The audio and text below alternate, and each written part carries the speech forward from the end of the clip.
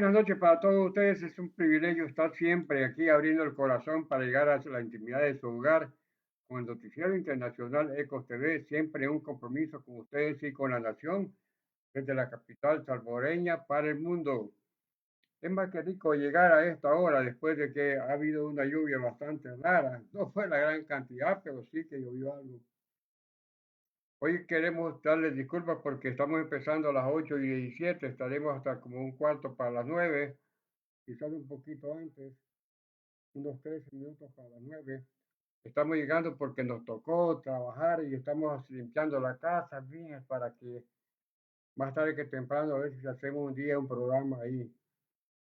Así que ya vamos con las noticias del acontecer nacional. Más queremos dar varias de las noticias. Hay unas cosas que miren, el que hace una fechoría más tarde que temprano le llega a la policía, lo agarran. Aquí no crean. Aquí ha habido una cosa bien increíble, que un salvadoreño que era buscado desde hace 19 años por homicidio, lo capturaron al llegar al aeropuerto. Pensó que ya no se iban a recordar y no hay tales. Con la justicia no se juega. Vamos con esta noticia que me llama la atención, que tantos años, mire, ahora mire, lo agarraron. Salvadoreño buscado desde hace 19 años por homicidio es capturado al llegar a Aeropuerto Internacional. Un hombre identificado como José Mario Baires, de 41 años de edad, fue capturado al ingresar a El Salvador en el Aeropuerto Internacional Monseñor Óscar Arnulfo Romero, informó la Policía Nacional Civil, PNC. De acuerdo con la institución, Baires es reclamado por la justicia desde el 2007 con una orden judicial por el delito de homicidio agravado, emitida por un juzgado de Sensuntepeque, Cabañas. Según la PNC, el hombre fue identificado por los sistemas de control e inteligencia al ingresar al país. Añadió que Baires será puesto a la orden de las autoridades correspondientes para responder por el delito que se le imputa. Bueno, así es la noticia para ustedes. Ya con ustedes a esta hora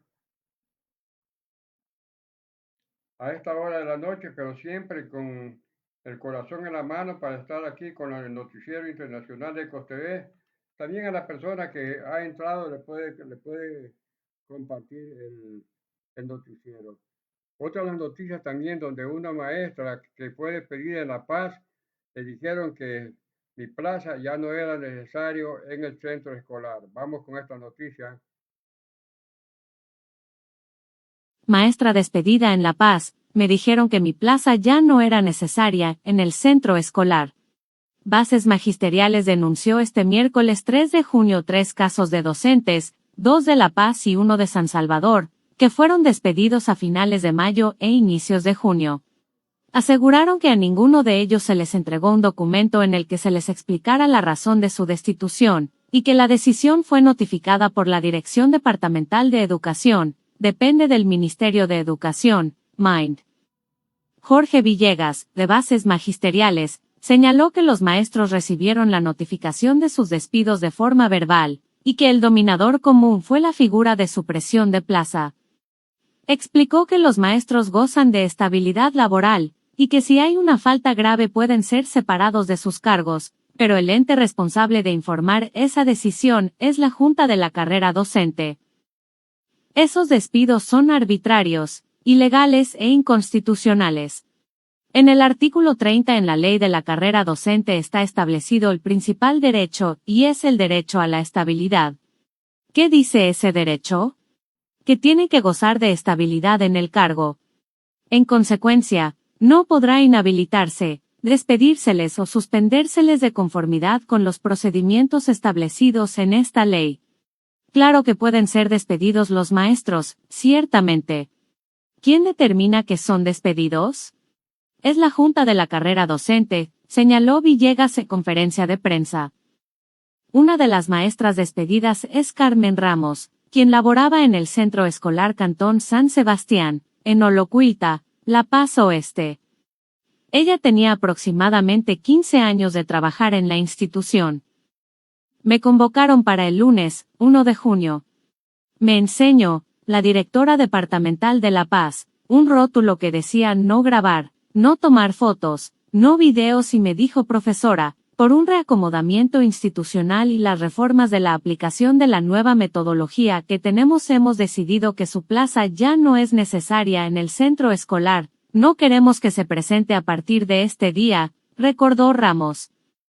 Me dijo cuánto me iban a entregar de indemnización, y yo le respondí: gracias, licenciada, vamos a ver de qué manera nosotros peleamos por nuestros derechos para nuestros reintegros de acuerdo a la ley, añadió. Otro de los docentes destituidos es Alexander Castro, quien fue director interino del Centro Escolar Cantón El Morro, en Santiago Texacuangos.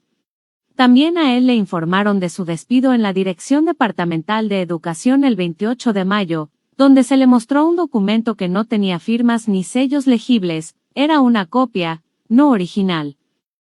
El director departamental solo me dijo que por reestructuración del Ministerio de Educación, mi plaza quedaba suprimida y no me dieron ninguna otra explicación. Estaba también la señora de Recursos Humanos y también la licenciada de lo jurídico.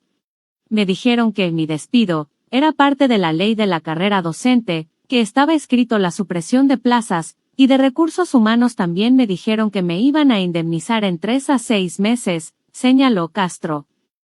Villegas aseguró que no tienen una cifra exacta de a cuántos docentes se les ha suprimido la plaza, pero señaló que entre las denuncias que el sindicato ha recibido el año pasado hasta inicios de junio, entre 40 y 60 maestros han sido destituidos. La prensa gráfica ha consultado al área de comunicaciones del MAIN las razones de los despidos de los maestros en los últimos meses. La institución no ha respondido, al momento, las solicitudes. No, mire, también es una injusticia que lo despidan y que le digan que lo van a indemnizar de 3 a 6 meses, cuando en realidad debería de ser de súbito. Si ya tomaron la decisión y violaron la ley de la carrera docente, les pido también que sea una cuestión justa, que el Estado nunca va a perder porque tiene los recursos para pagarles en el tiempo y en el espacio a estos profesores. Si son casi 40 o 60, imagínense, pero que le digan que de 3 a 6 meses. En estos casos ahorita, que le dijeron a su director o al director, es un poco complicado. Y llamadas que se cumpla, pues, y que no mueren a la gente que trabajó ya y que hizo su labor con el ministerio. Así que, llegándole ya a esta hora de la noche, me llama la atención que hay algunas cosas bien delicadas donde la maestra que fue despedida, igual, pero ya sabemos que no hay chance, pues. La otra cosa que ya también los horarios de las unidades de salud y las clínicas del Seguro Social, los horarios han sido ampliados. Vamos a esta noticia de Servicio Social, cortesía del Noticiero Internacional de COSTV. Amplían horarios en unidades de salud y clínicas Seguro Social. Colectivos del sector salud y personal que labora en clínicas públicas confirmaron que el Ministerio de Salud, MinSal, y el Instituto Salvadoreño del Seguro Social, IS, han extendido temporalmente los horarios de atención hasta las 10 de la noche, pero las fuentes señalaron que la medida se tomó sin planificación ni abastecimiento adecuado de medicamentos e insumos. Trabajadores de la salud consultados por la prensa gráfica, y que hablaron bajo anonimato, informaron que el domingo 31 de mayo les informaron que el horario de trabajo se extendería a las 10 de la noche del 1 de junio al 12 de junio por nueva indicación de niveles superiores, pero aseguraron que no les explicaron las razones del cambio. Según la información publicada por el MinSal y el Seguro Social en sus páginas web, estos centros de atención suelen tener horarios de las 7 de la mañana a las 3:30 de la tarde, las 5 de la tarde y hasta las 7 de la noche. El Movimiento por la Salud Dr. Salvador Allende, Alames El Salvador, la Coordinadora Nacional para la Defensa de la Salud del Pueblo Salvadoreño, CONADESA, y el Sindicato de Médicos Trabajadores del IS, Simetris, confirmaron este miércoles la decisión, pero señalaron falta de planificación, lo que podría complicar aún más la atención de los pacientes.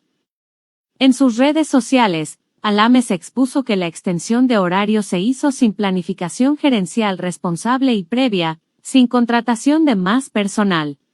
Se extiende el horario sin medicamentos ni insumos, así como no se garantiza el transporte del personal que saldrá de sus trabajos a altas horas de la noche. CONADESA dijo que no está en contra de la medida, pero coincidió que hace falta un plan técnico, financiero y operativo que garantice su adecuada ejecución. Añadió que si la extensión de horarios no ha sido planificada, se corre el riesgo de convertirse en una medida improvisada que afecte tanto a los usuarios como al personal de salud. Nos preocupa que hasta la fecha no se hayan presentado estudios sobre necesidades de recurso humano, abastecimiento de medicamentos, disponibilidad de equipos, seguridad, transporte y financiamiento que permita sostener esta expansión de manera efectiva y permanente, agregó.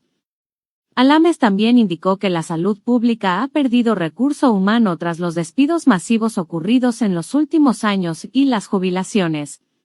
En ese sentido, advirtió que es el mismo personal que labora en horario normal el que trabajará hasta las 10 p.m. No ha nombrado más personal. Por eso exigió al gobierno que contrate a más personal, y además, que se divulgue el plan de extensión de funcionamiento de establecimiento de salud pública. Hasta el cierre de esta nota, ni el MinSal ni el ISSSTE habían anunciado públicamente el cambio. Este periódico envió correos electrónicos a las cuentas institucionales del ministro de Salud, Francisco Alavi, y de la directora del ISSSTE, Mónica Ayala, para consultar por qué se amplió el horario, y su postura sobre los señalamientos de que la medida no fue planificada, pero no hubo respuesta. La prensa gráfica conversó con médicos que laboran en unidades de salud del MinSal, clínicas comunales y unidades médicas del ISSSTE, quienes explicaron que la notificación llegó a través de un mensaje de WhatsApp en algunos casos, y en otros, recibieron un memorándum. A partir del día de mañana, lunes 1 de junio, hasta el 12 de junio vamos a trabajar de la siguiente manera. De las 7:30 am hasta las 10 pm las intermedias y las básicas hasta las 8 pm, se lee en el mensaje al que este medio tuvo acceso. Los trabajadores de la salud, quienes no quisieron revelar su identidad por temor a represalias, explicaron que las unidades de salud básicas son aquellas que cuentan con un solo médico, una enfermera, un promotor o un administrativo. En cambio, en las intermedias hay 2 o 3 médicos, 2 enfermeras, un administrativo, un promotor y un laboratorio, mientras que en las especializadas hay más médicos y están más equipadas. Hay unidades de salud, como las básicas, que no tienen mucho recurso, solo tiene un director y es el mismo de año social, pero también es el único que da consulta, y quizá tenga un promotor y una enfermera. Se la llevan a palitos, de hacer milagros, porque no hay mucho equipo ahí, dijo una de las fuentes. Y lo grave es de que la gente no da la cara porque tiene miedo a la represión. Y eso no debería ser así, se debe dejar que se expresen, porque esto también le ayuda a las autoridades a mejorar el servicio en todas las áreas. Bueno, vamos ya con otras noticias. Hay una noticia bien importante donde aquí ha pasado una cosa bien, donde a Quilmes Jiménez lo quiere mandar a Costa Rica, ¿verdad? El secretario de Seguridad de Estados Unidos afirma que aceptaría enviar a Quilmes Ábrego a Costa Rica. Vamos a ver esta noticia. Secretario de Seguridad de EWA afirma que aceptarían enviar a Quilmes Ábrego a Costa Rica. Markwayne Mullin, nuevo secretario de Seguridad Nacional de los Estados Unidos de América, EWA, afirmó el 2 de junio ante una comisión del Senado que la administración del presidente Donald Trump estaría dispuesta a permitir una salida del salvadoreño Quilmes Ábrego hacia Costa Rica, algo a lo que se han opuesto durante muchos meses los representantes gubernamentales en el proceso civil que se desarrolla en Maryland. El funcionario compareció el martes 2 de junio ante el Subcomité de Asignaciones del Senado. Llegó para explicar la asignación presupuestaria que su departamento recibiría en 2027, pero el senador Chris Van Hollen lo cuestionó también por el caso de Ábrego, mismo que se ha convertido en uno de los casos más mediáticos contra la política migratoria del presidente Trump. Le voy a preguntar sobre Quilmes Ábrego García. ¿Está usted al tanto de que, en ese caso, ¿Él aceptó ser trasladado a Costa Rica y que Costa Rica aceptó recibirlo? Preguntó Van Hollen. Y aunque en un inicio Mullen dijo no conocer sobre el caso, el senador Van Hollen le resumió el proceso, y le recordó que el Departamento de Justicia estadounidense le ofreció al salvadoreño aceptar la oferta de enviarlo al país centroamericano si éste aceptaba declararse culpable, algo que finalmente Ábrego no hizo y por ello buscan enviarlo a Liberia, en África. Resulta que hace poco, un juez federal determinó que la administración había emprendido una persecución vengativa en su contra, de Ábrego. Así que mi pregunta ahora es, ¿aceptará la administración enviarlo a Costa Rica en lugar de castigarlo por ejercer sus derechos constitucionales? Insistió Van Hollen. Mullen recordó ante el Senado que Ábrego seguía en Estados Unidos en condición de ilegalidad porque no tiene un estatus migratorio que le permita seguir en ese país. Y luego declaró que si Ábrego está dispuesto a irse a Costa Rica estaremos encantados de enviarlo. Este intercambio de declaraciones fue tomado por la defensa de Kilmar Ábrego, que el 3 de junio, un día después de que Mullen compareció ante el Senado, envió la declaración como una prueba a ser tomada en cuenta en el proceso civil que el salvadoreño lleva en Maryland, donde ha demandado al gobierno de los Estados Unidos por los daños causados en su expulsión hacia el Cecote El Salvador, en marzo de 2025. Ábrego ha solicitado a la jueza Paula Sinis, de Maryland, que resuelva de manera definitiva su caso y que impida su expulsión a Liberia, en África y conceda como única opción viable el enviarlo a Costa Rica, en caso de que se decida que debe salir de los Estados Unidos. Complicada la situación, pero Kilmar le va a terminar ganando el caso, se lo puedo asegurar. Es increíble todas las cosas que pasan cuando son injusticias. A mí no me gusta nada de las cosas injustas. Recordar que el noticiero se pasa en el canal de YouTube también, en Colopuri TV News Channel. Aparte de eso, en la cuenta de TikTok, allá se llama Super Radio News Internacional, con Eduardo Beltrán. Y aparte de eso, en la cuenta de TikTok también se pasa en LinkedIn, el programa. Y por si eso fuera poco, en X. Así que seguimos ya con ustedes también a la persona que está sintonizando, lo pueden compartir. Veo que a veces entran dos, medio entran y se van. Vamos a ver si podemos dar otras noticias internacionales, porque aquí hay una cuestión que donde la Cámara Baja del Senado aprueba una medida simbólica para frenar la guerra de Trump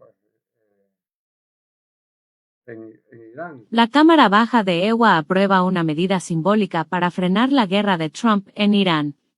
La Cámara de Representantes de Estados Unidos aprobó este miércoles una resolución, impulsada por los demócratas y de carácter simbólico, que busca frenar la guerra que el presidente Donald Trump lanzó contra Irán sin autorización del Congreso. 4 republicanos se sumaron al Partido Demócrata para obtener una votación favorable de 215-208, una resolución que ahora debe pasar el filtro del Senado y que, para entrar en vigor, tendría que ser ratificada por el propio Trump. Los republicanos que se unieron por primera vez a la iniciativa demócrata fueron Brian Fitzpatrick, de Pensilvania, Thomas Massie, de Kentucky, Tom Barrett, de Michigan, y Warren Davidson, de Ohio. Esta es la primera vez que una votación relacionada a la guerra de Irán es aprobada por los representantes, y se une a otra resolución similar que el Senado había avanzado a finales de mayo. El cambio de postura de los republicanos, que da un revés a las intenciones de Trump, surge en medio de críticas contra el mandatario por la aprobación de un fondo de $1.800 millones para sus aliados investigados durante la administración de Joe Biden. Sin embargo, la resolución debe pasar por el Senado y obtener una mayoría para ser enviada a la Casa Blanca, donde Trump debe decidir si aprueba o veta la iniciativa. La resolución se ampara en la Ley de Poderes de Guerra de 1973, que exige la autorización del Congreso para mantener hostilidades militares prolongadas. Sus promotores sostienen que Trump ordenó la ofensiva contra Irán sin el visto bueno del legislativo, mientras que la Casa Blanca defiende que actuó dentro de sus atribuciones constitucionales como comandante en jefe. Bueno, así son las cuestiones. Dime que te diré, republicanos y demócratas en estas cuestiones bien compradas. Nos quedan 10 minutos para terminar, sin embargo, queremos decir que hay otra de las cuestiones donde después de 15 años no tienen ninguna pista sobre José. Se dice aquí en una de las notas bien delicadas. Relato. Después de 15 años no tenemos ninguna pista sobre Josué. Es la mañana del 27 de mayo. Sentada en el sofá de la sala de su casa, Miriam Elizondo guarda silencio durante unos segundos antes de responder. La voz se le quiebra cuando resume en una frase los últimos años de su vida. Después de 15 años no tenemos ninguna pista sobre Josué. Habla del paradero de su hijo, desaparecido el 4 de junio de 2011 en el desvío de la aldea San Antonio, en Santa Ana. Desde entonces, asegura, se han agotado diligencias, pero ninguna ha permitido establecer qué ocurrió. La desaparición de Josué Elizondo, un adolescente de 14 años para entonces, marcó el inicio de una búsqueda que su madre mantiene hasta hoy. En aquel momento el sistema de justicia carecía de protocolos de búsqueda urgente. Las autoridades debían esperar 24 horas para recibir una denuncia, y otras 24 para remitirla a la fiscalía. Miriam sostiene que esas primeras 48 horas, clave en una desaparición según los protocolos, se perdieron. El último día que Josué estuvo con su familia trabajó como acostumbraba a hacerlo, vendiendo pan. Se bañó, se vistió con una camisa formal a cuadros, y salió a las 3:30 de la madrugada hacia San Salvador. Regresó a Santa Ana al mediodía, almorzó, y alrededor de la 1:30 de la tarde, le dijo a una de sus tías que tenía que salir. Josué fue visto por última vez en el desvío de la aldea San Antonio, una zona que conecta la carretera panamericana con la vía hacia Sonsonate y Chalchuapa, en Santa Ana, alrededor de las 3 de la tarde de ese mismo día. Algunas personas le contaron a Miriam que parecía estar esperando a alguien. Un conocido le relató que un hombre le había ofrecido presentarle a una mujer para que la conociera y decidiera si le gustaba como novia. A partir de entonces, el caso avanzó poco hasta junio de 2012, cuando le realizaron la primera prueba de ADN a Miriam. La gestión de esos resultados marcó el inicio de una desconfianza que se prolongaría durante años. Una fiscal le comunicó por teléfono que el resultado había sido negativo, pero nunca le mostró un documento que lo respaldara. Yo siempre reclamé por eso porque yo necesitaba que al menos me lo leyeran frente a mí. Comencé a reclamar eso, relata. Las dudas estaban relacionadas con un hallazgo del 6 de diciembre de 2011 en la colonia Monje, en Santa Ana, donde varios cuerpos fueron encontrados en un pozo. Miriam asegura que en un álbum fotográfico de la fiscalía vinculado al caso reconoció una camisa de cuadros que identificó como la de su hijo. Según recuerda, le dijeron que existían altas probabilidades de que Josué estuviera entre los cadáveres encontrados. Con el tiempo, la respuesta oficial fue que se trataba de una prenda de vestir común, producida en grandes cantidades, por lo que el indicio fue descartado. Durante años la investigación avanzó con lentitud. Uno de los principales obstáculos fue el manejo de las bitácoras telefónicas, que fueron solicitadas por primera vez 2 años después de la desaparición. Para entonces, la posibilidad de rastrear señales o identificar posibles involucrados a través de las compañías telefónicas era prácticamente inexistente. En ese periodo, Miriam también siguió de cerca otros hallazgos relevantes, entre ellos la fosa de Chalchuapa. Sin embargo, esa línea de investigación fue descartada al establecerse que la mayoría de las víctimas fueron mujeres. Tras una década de insistencia, la Fiscalía y Medicina Legal de Santa Ana accedieron a realizar nuevas pruebas para descartar las dudas sobre algunos restos no identificados relacionados con el hallazgo de la colonia Monje. El proceso fue complejo, recuerda, porque los restos estaban mezclados y no existía claridad sobre cuáles habían sido sometidos a la primera prueba, por lo que a Miriam le practicaron 2 nuevos análisis de ADN. Todos fueron negativos. En septiembre de 2024, Miriam inició una nueva gestión para obtener el documento físico de la prueba de ADN realizada en 2012. Tras varias solicitudes, Medicina Legal finalmente envió el documento que confirmaba el resultado negativo obtenido 13 años antes. Miriam dice que una de las diligencias más amplias realizadas en los últimos años fue una auditoría de restos en Medicina Legal de Santa Ana, donde realizaron un cotejo genético con su ADN y todos los restos óseos, sin identificar, registrados entre 2011 y mayo de 2024, sin obtener coincidencias. Actualmente, el expediente permanece abierto, pero las diligencias se limitan principalmente a documentar las acciones ya realizadas. La desaparición de Josué también consta en una demanda de amparo llevada a la Sala de lo Constitucional en noviembre de 2022. Miriam concluye con la esperanza puesta en la justicia: tener 15 años para mí es demasiado tiempo. La incertidumbre, el tiempo sigue pasando con el mismo dolor. Mi deseo más grande es encontrarlo, que se haga justicia también. Bueno, pero por un lado ya también el abierto de Francia, de Roland Garros, hay una cuestión donde también ya la Sabalenka fue eliminada, por un lado, pero también fue eliminada, pero con Granollers se van a las semifinales en dobles mujeres. Son de las cuestiones que tenemos que decir a través de esto, y estamos llegándole con ustedes. Por otro lado, Berrettini y Arnaldi son de los dos jugadores que ya están en la semifinal. Y en la otra parte, donde está Marta Kostyuk, que ella es básicamente de Ucrania, y Mira de Rusia, con ustedes. Vamos a ver qué pasa con estas noticias para ustedes. En la primera semifinal de este año del Abierto de Francia se enfrentarán Marta Kostyuk y Mirra Andreeva. Hasta ahora solo se han enfrentado 2 veces, ambas este año con victoria en 2 sets de la tenista ucraniana. En el torneo, Kostyuk ha pasado más tiempo en la pista, lo que le permite dominar la estadística de golpes ganadores. Sin embargo, la diferencia más interesante la encontramos en el segundo servicio, cuya velocidad media es 17 km por hora más baja. La ucraniana está viviendo el mejor momento de su carrera.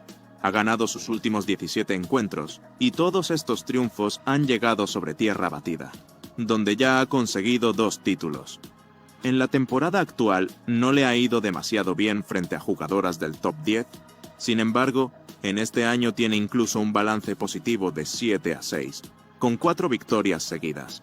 Por fin completa Kostyuk una temporada exitosa en Roland Garros, donde solo en 2 ocasiones había evitado caer en la primera ronda. En cambio, se enfrentará a una jugadora a la que la tierra batida de París le viene bien, ya que la rusa ha ganado 16 partidos.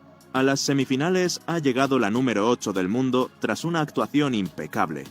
Frente a la experimentada Cirstea, convirtió los 6 puntos de quiebre y pasó en la pista apenas poco menos de 1 hora. Gracias a este triunfo, Mirra alcanzó su segunda semifinal en París como la 6ª jugadora más joven de la historia. La ligera favorita para el partido es Marta Kostyuk, y toda la información relevante, no solo sobre esta semifinal, la puedes encontrar en la aplicación y en la web de Flash Score. Bueno, también también importante que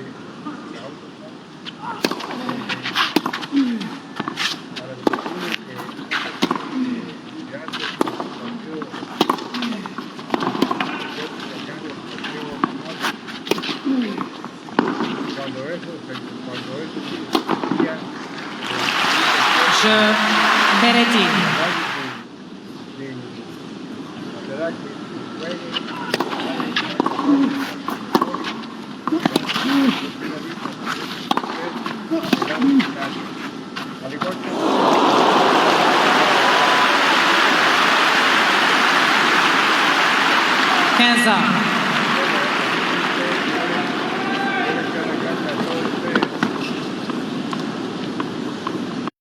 Que me han permitido llegar con el noticiero internacional de ECOS-TV a esta hora de la noche, siempre en un compromiso con ustedes y con la nación.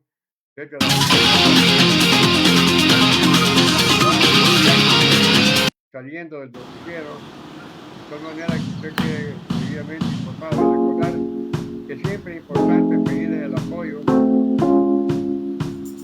1, 2, 3.